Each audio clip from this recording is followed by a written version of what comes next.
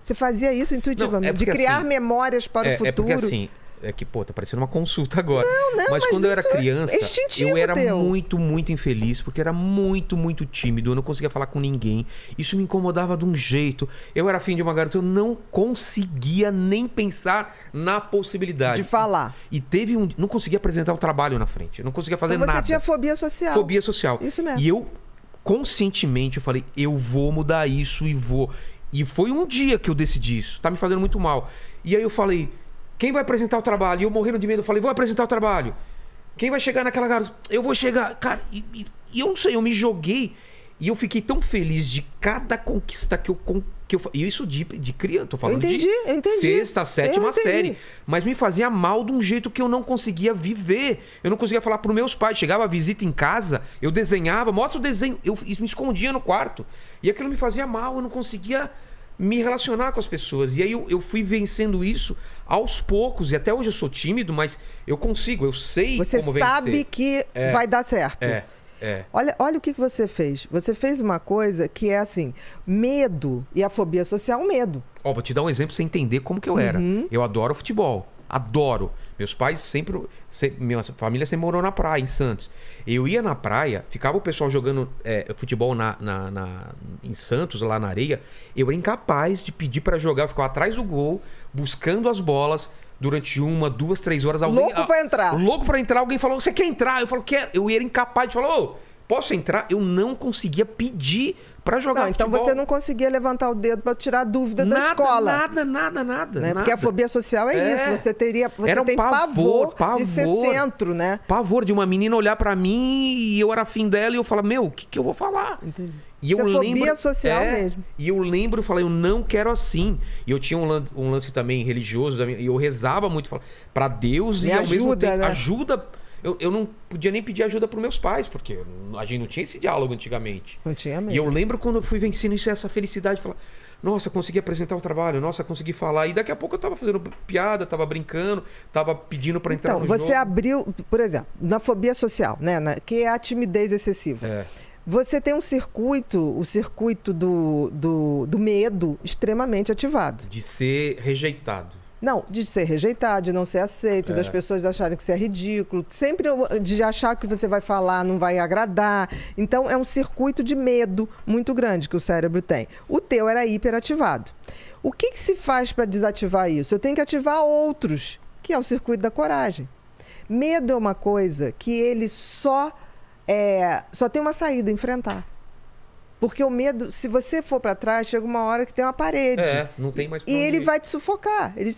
Agora, é interessante como o teu cérebro tinha uma questão de enfrentar os problemas. Não é comum isso. Mas eu tenho medos até hoje que eu nunca enfrentei. Cobra, por exemplo, eu nunca enfrentei esse medo de cobra. Mas vem cá, você tem cobra no teu dia a dia? Não Isso é uma fobia. Fui obrigado, não Porque fui olha obrigado. só, olha que interessante. O medo e a ansiedade pode se manifestar de várias formas. Então você é um cara ansioso. Muito. Você tem uma personalidade ansiosa. Muito. E em alguns momentos você fez o que a gente chama de transtorno de ansiedade, que é o adoecer da ansiedade. Sim. Porque a ansiedade é uma coisa que todo mundo tem. Ela é ruim quando... menor ou maior escala. Todo mundo tem. Porque a ansiedade, eu preciso ter ansiedade para levantar e ter um objetivo na vida. Ansiedade é um medo do futuro? Não, é assim. Ansiedade e medo é a mesma coisa. São duas faces de uma mesma moeda. Só que tem que o medo é uma coisa concreta. Por exemplo, se entra um ladrão aqui, a gente vai ter medo de uma coisa ali, tá? Que a gente sabe o que é. A ansiedade é um medo subjetivo. Eu não sei o que é. Aquilo não vai me matar. Por exemplo, falar na frente de uma plateia não ia te matar. Ninguém estava ali com a metralhadora. Mas o teu cérebro interpretava como uma questão de vida ou morte. Por quê? Porque certamente você nasceu com esse sistema límbico do medo mais ativado. Entendi. Aí você vai ver na família, tinha algum avô ou pai que tinha a mesma coisa, mas não tinha coragem de falar. Entendi. Porque na época não falava. Aí o que fazia? Era o cara que ia trabalhar num lugar que ele não precisasse lidar com o público.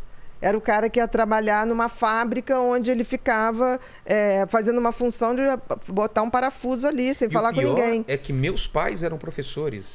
Os dois eram de falar público, sabiam falar bem, assim, Mas você pode ver que tinha um avô, uma avó. Entendi. Porque a genética não é pai e mãe. Genética é um jogo de probabilidade. Você pode pegar a genética de um bisavô. Entendeu? Que a gente sempre acha que é pai e mãe.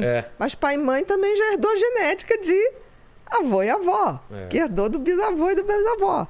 Então, assim, quando você tem ansiedade, é normal ter ansiedade. O problema é adoecer da ansiedade. A fobia social é um adoecimento da ansiedade, que é isso que impede.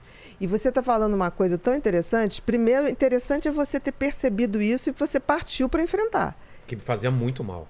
Mas é sensacional. O tratamento de fobia social é fazer isso. O que a gente propõe para o fóbico social? Olha só, a gente vai te preparar para você enfrentar. Então, tem uns que não conseguem enfrentar. Você primeiro tem que medicar para ele enfrentar, para depois você ir tirando o remédio e falar, tá vendo como dá? Tanto que tem gente que tem tanto pavor que a gente usa o quê? Realidade virtual. Olha só. Esses óculos de jogos, a gente hoje usa para gente que tem medo de falar em público. Que é uma coisa controlada. Tá ali, a gente tá ali, você vai desensibilizando. O que você fez? Eu quero. Você foi desensibilizando teu cérebro. Você fez certo. Agora, espantoso é você ter sacado isso sem ter sido ensinado. Você não é burro, você é inteligente. Mas eu acho que foi uma forma de sobrevivência também, porque eu estava me fazendo muito mal. Tá, mas você teve a coragem. Sim. Porque a maioria das pessoas vai evitar aquilo o resto da vida. Estamos falando assim de passar 3 anos assim, tomar decisão depois de 3 anos passando. Ok, mas você chegou ao limite. Porque o que acontece, limite, por exemplo, as pessoas que têm fobia social geralmente me procuram para tratar a fobia social quando entra na faculdade, quando vai ter que apresentar o TCC. Que não tem coragem. Que ele fala, agora não tem mais jeito. Como é que eu vou fazer? Agora eu tenho que... E tá entre uma das maiores fobias, né? Falar em público é uma das maiores... Fobia que tem. Então, vou te dar um dado científico. Os ingleses têm mais medo de falar em público do que de morrer. O quê? Exatamente. A fobia social e o índice de fobia social da Inglaterra é altíssimo. Por isso que os ingleses são tidos como um povo que não gosta de dar informação, reservado, arrogante. Não, eles têm pavor. Você imagina brasileiro que chega em Londres e vai pedir uma informação. Ei! O cara que é fóbico social, baixa a cabeça, ele sai correndo. Entendeu? Aí todo mundo chega e fala assim, os ingleses são insuportáveis. Fóbicos. Eles têm pavor.